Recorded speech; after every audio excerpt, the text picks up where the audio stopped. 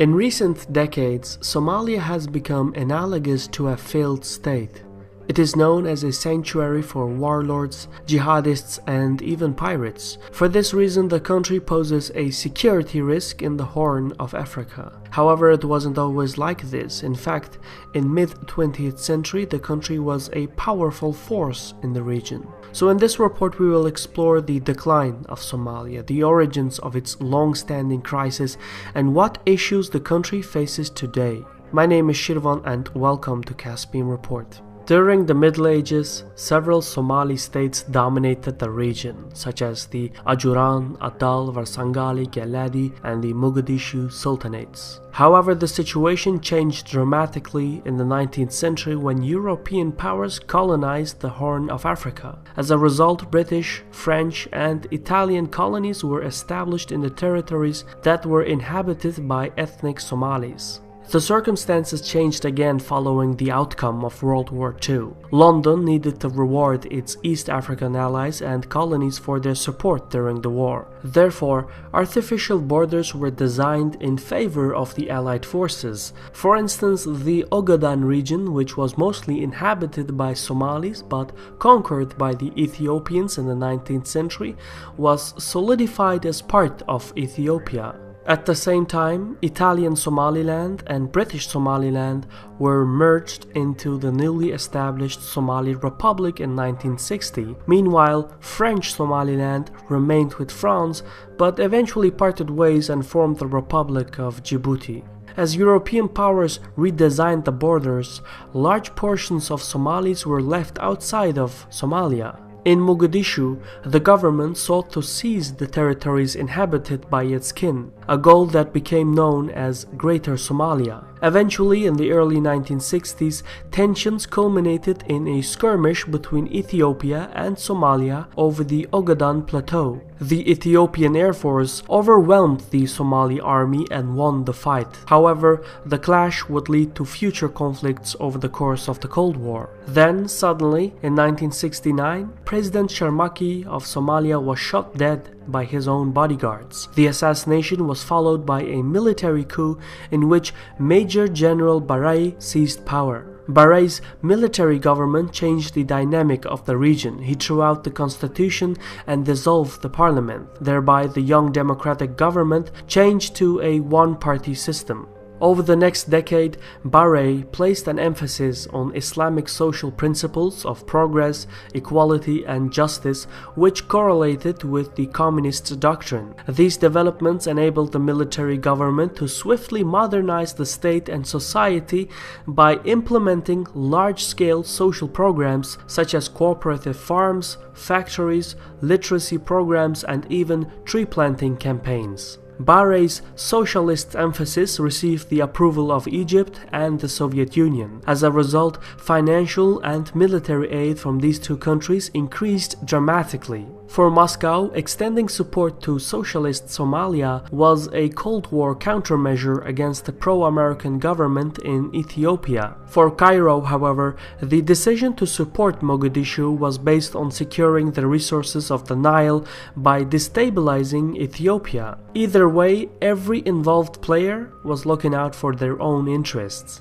Geopolitical tensions peaked in 1974 when Ethiopian Emperor Selassie was overthrown in a coup. A communist military council known as the Derg took control of the capital. However, the Derg quickly fell into an internal conflict over who would hold power. Distinct Derg factions, as well as separatist movements, rose up in arms. In the same year, a major drought hit the region. The dryness was so severe that it was referred to as the lingering drought. With Addis Ababa in disarray, the geopolitical balance favored Somalia. Hence, Barre seized the opportunity to arm Somali separatists in Ethiopia's Ogaden Plateau. At this point in history, the Somali military had developed into the largest and most advanced force in the region. Eventually, in 1977, emboldened by the circumstances, Somalia launched massive military operations into Ethiopia. Initially, the offense found success. The Somali army controlled about 90% of the Ogaden region, and the idea of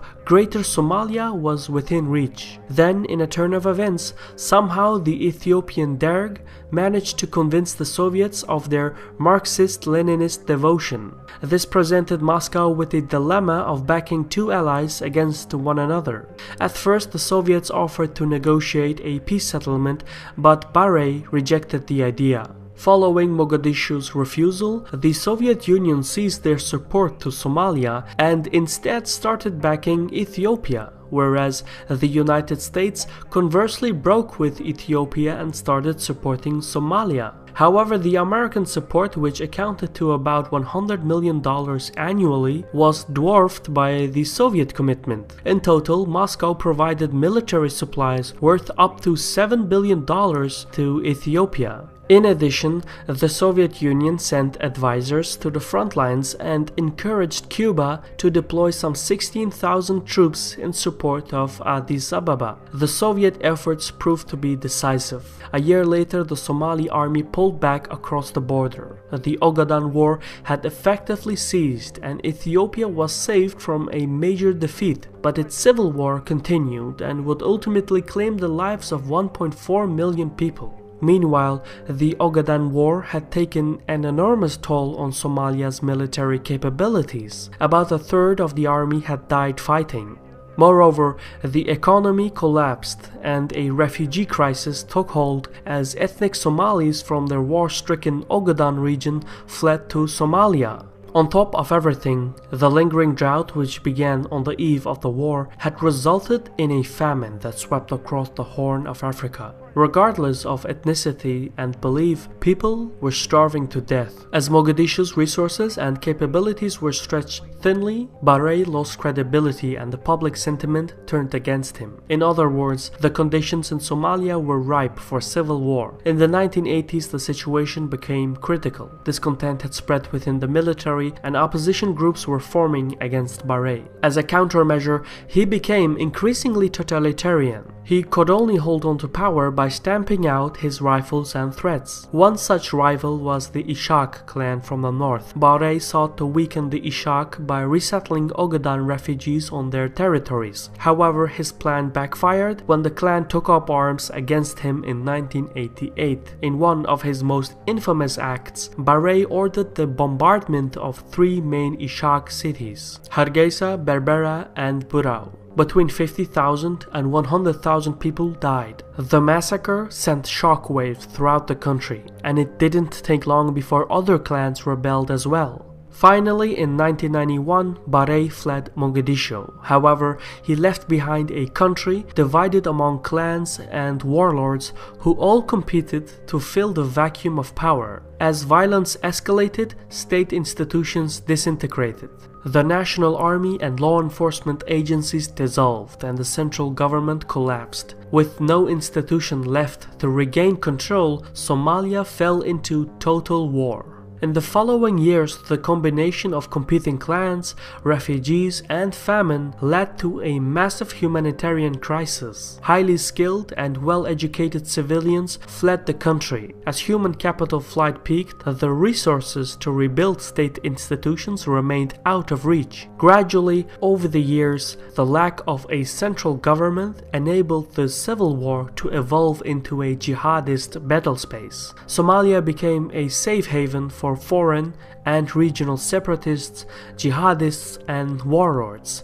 In a twist of fate, the country perished under the weight of its own geopolitical ambitions. At the present, political changes are underway in Mogadishu to install a stable government that is sufficiently strong and organized. However, progress has been slow and many obstacles still remain. Take the peacekeeping missions. Despite the presence of 22,000 AU peacekeepers, East African jihadist groups such as Al-Shabaab continue to use Somalia as a launch platform to orchestrate attacks on other nations. In recent years, one of the primary peacekeeping complications has been the lack of stable hosting and funding. Another obstruction is the irredentist initiative that triggered the crisis. Since ethnic Somalis still populate the borderlands of neighboring Kenya and Ethiopia, many foreign powers prefer a stable but a weak government in Mogadishu. Meanwhile, the Ishaq-controlled territory has made remarkable progress towards a stable democracy